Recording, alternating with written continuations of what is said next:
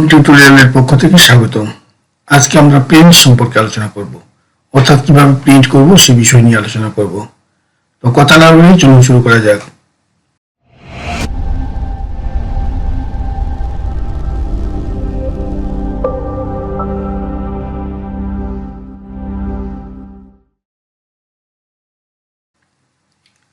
প্রথমে আমরা Microsoft word খুলি।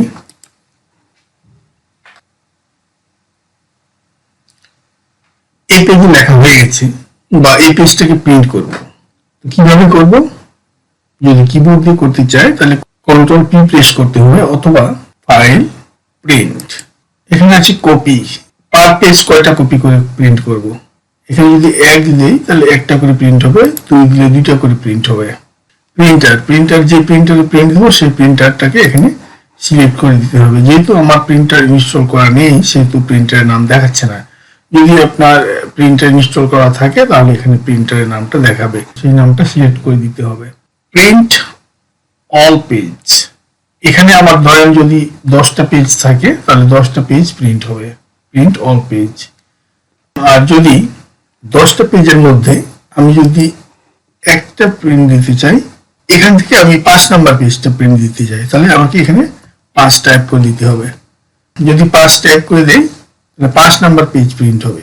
ধরেন আমি 1 আর 5 নাম্বার পেজ প্রিন্ট দেব, তাহলে সেই ক্ষেত্রে আমাকে 1,5 এইভাবে লিখলে 1 আর 5 নাম্বার পেজ প্রিন্ট হবে। তো আমি যদি 1 থেকে 5 আমার 9, 10 এরকম যদি প্রিন্ট করতে চাই তাহলে সেই ক্ষেত্রে আমাকে লিখতে হবে 1-5,9-10।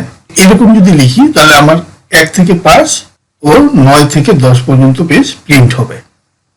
এরপর এখানে আমি কারেন্ট পেজ যদি দিই, print current page. Current page মানে সম্প্রতি যে পেজটা, অর্থাৎ যে পেজটা এখানে শো করবে সেই পেজটা প্রিন্ট হবে। ধরুন এখন আমি 5 নাম্বার পেজে অবস্থান করছি, দেখেন এখানে 10টা পেজ আছে, 5 নাম্বার পেজে অবস্থান করছি। আমি যদি কারেন্ট পেজ দিয়ে প্রিন্ট দিই তাহলে আমার 5 নাম্বার পেজ প্রিন্ট হবে। আমি এখানে অল দিব। অল দেওয়ার পরে আমি যদি only print or page, only print or পেজে ক্লিক করে দিই তাহলে আমার কি হবে, শুধু অড পেজগুলো প্রিন্ট হবে, অর্থাৎ 1, 3, 5, 7 এই পেজগুলো প্রিন্ট হবে। অর্থাৎ আমার এই 10টা পেজের ভিতরে যেগুলো বিজোড় নাম্বার পাবে সেগুলো প্রিন্ট হবে। আর আমি যদি এখানে অনলি প্রিন্ট ইভেন্ট পেজ এখানে ক্লিক করে দিই তাহলে 2, 4, 6, 8, 10 এই পেজগুলো প্রিন্ট হবে। এইভাবে সিলেক্ট করার পরে লাস্ট প্রিন্টে ক্লিক করতে হবে। এই প্রিন্টে ক্লিক করলে প্রিন্টটা হয়ে যাবে। যেহেতু আমার প্রিন্টার সেটআপ করা নেই, প্রিন্ট দিচ্ছি না, সেহেতু ক্লিক দিচ্ছি না। আশা করি বুঝতে পেরেছেন কিভাবে প্রিন্ট দিতে হয়।